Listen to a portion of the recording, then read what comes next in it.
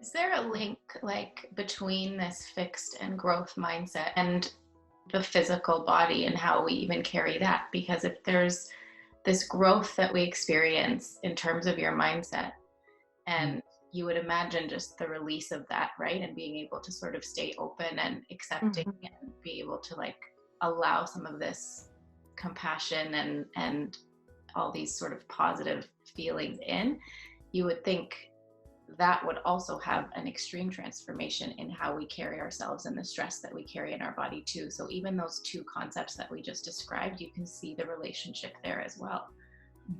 To answer your question, Noreen, there's a ton of research on that. I don't know if it's like growth and fixed mindset, like those words per se, but it's definitely for individuals that, especially in the chronic pain world, when there isn't this acceptance of their pain, or Mm-hmm. they're consistently looking for a new diagnosis, or they're seeing another practitioner because they want a different answer, usually their pain levels are higher, their catastrophizing scores are higher, depression, anxiety, all these other outcome measures that we have are higher.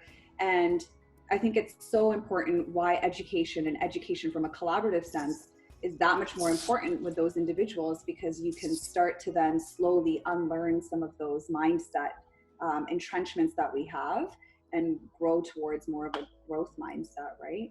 So Like in terms of like how stress and how that can actually manifest itself in its body, it is very prevalent, and you do carry a lot of tension within your body based on some of your thoughts, some of your beliefs, some of like out internal obstacles and external obstacles, and all of those can be seen as stressors. And in terms of like stressors, there is a physiological response to stress. And in terms of what that happens to your body, in terms of your muscles, your heart rate, your respiratory rate, you hold that inside you. So when you're unable to rectify that or to reconcile that, your health actually deteriorates. So sometimes a lot of people carry that stress or oppression within their body, and it's only when they're able to acknowledge that stress and able to actually do the work in order to figure out strategies to manage or even to extinguish that stress, that's only when we see the full results of our work come to fruition. Otherwise, it almost becomes like a vicious circle.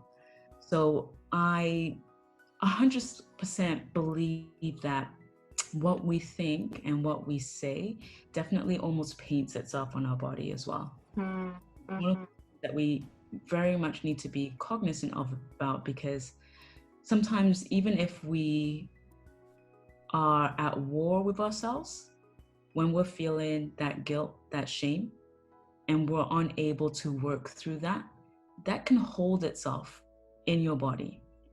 And it comes out physically, but it can also come out mentally, emotionally. And I feel like that also affects greatly the relationship that you have with others. And at this point in time, a human interaction, whether it be physical, mental, emotional, it is basically all we have. So how do we want to hold ourselves in the world? How do we want to navigate ourselves in the world? So I think about that in terms of when I treat people, it's not just the body that I'm treating all of you. And that's why, like within this healthcare system and within our clinic where it is collaborative, it really does make sense in order to approach it in a collaborative manner.